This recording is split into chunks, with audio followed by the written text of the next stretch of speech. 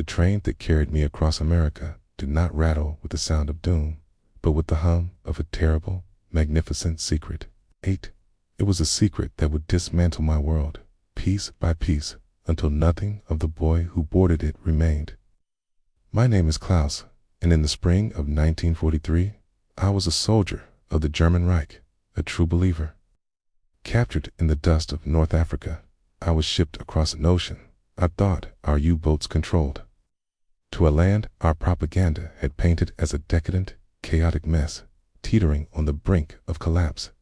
We were told Americans were soft, a mongrel race weakened by jazz music and foolish freedoms, their factories inefficient, their people starving.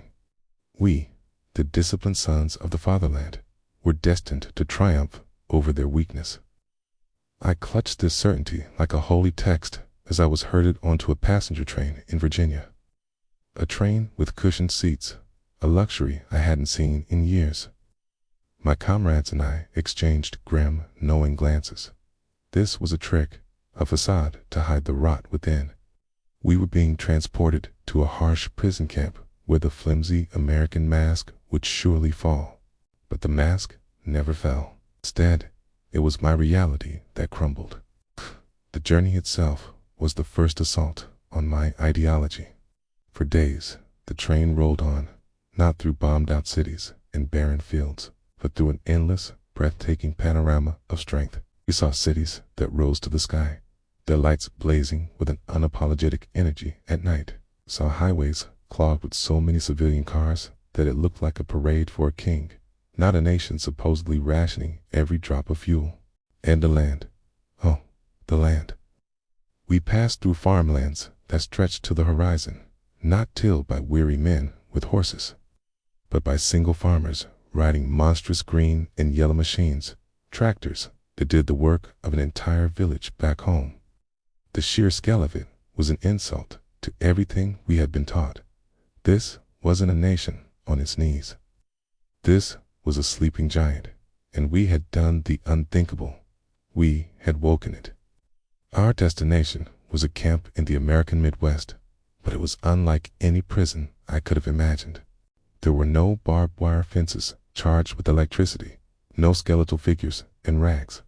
We were housed in clean, warm barracks. We were given uniforms, books, and 3 meals a day. And the food. The food was the most potent weapon of all. In Germany, we had been rationing for years. A soldier's meal was a grim, calculated portion of calories. Here, in this camp, for enemy prisoners, we were served mountains of scrambled eggs, thick slices of bacon, and snowy white bread with pats of real butter. We drank coffee, real coffee, sweetened with spoonfuls of sugar. My friend Friedrich, a cynical Berliner, scoffed at first. "A trick," he whispered, his eyes wide as he stared at a platter of fried chicken. "They are fattening us for some purpose, like pigs for the slaughter." But the feast never ended. Day after day, the abundance continued, a relentless tide of plenty that eroded our most fundamental beliefs. How could a nation at war afford to feed its enemies better than the Reich fed its own heroes? The question hung in the air of the mess hall, unspoken but deafening. Our work assignments only deepened the shock. I was sent to work on a local farm, picking corn. The farmer, a quiet man named Jacob, whose own son was fighting in Europe, treated me not with hatred, but with a weary, professional courtesy. His wife would bring out glasses of cold lemonade on hot afternoons. Her face a mask of neutrality, but her actions screaming a humanity I was not prepared for. I saw his mechanized harvester chew through a field in a single afternoon, a task that would have taken my entire village a week of back-breaking labor. I saw the silos overflowing with grain, so much that some of it was simply left for the animals. This wasn't just production, it was a force of nature, a limitless resource that made a mockery of our Führer's desperate cry for Lebensraum, for living space. America didn't need to conquer its neighbors for resources, it simply produced more. From a hill near the camp, we could sometimes see the distant glow of a manufacturing plant that ran 24 hours a day. We heard the ceaseless rumble of freight trains passing in the night, each car laden with tanks, with planes, with the sinews of war, an unending river of steel flowing towards the coasts. We read in the camp newspapers, provided to us in German, about the shipyards.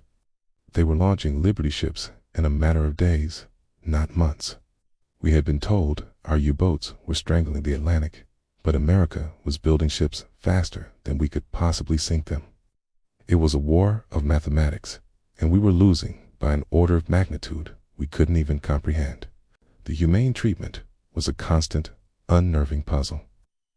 When I cut my hand badly on a piece of machinery, I was taken to the camp infirmary. An American doctor, a man whose people I was trained to kill, stitched my wound with meticulous care, gave me a tetanus shot, and spoke to me in gentle, reassuring tones.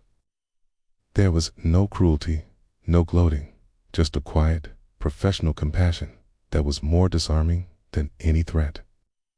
We were offered educational courses. I learned English.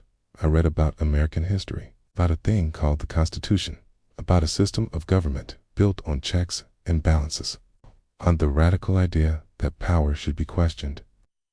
This slow drip poison of kindness and overwhelming evidence created what we later called an ideological collapse syndrome. It wasn't a single moment of revelation, but 1,000 small cuts to the soul of our Nazism. We saw the Italian prisoners in a neighboring compound. After Italy surrendered, their restrictions were eased. Quote, they were allowed to work in town, to socialize more freely, to earn better wages.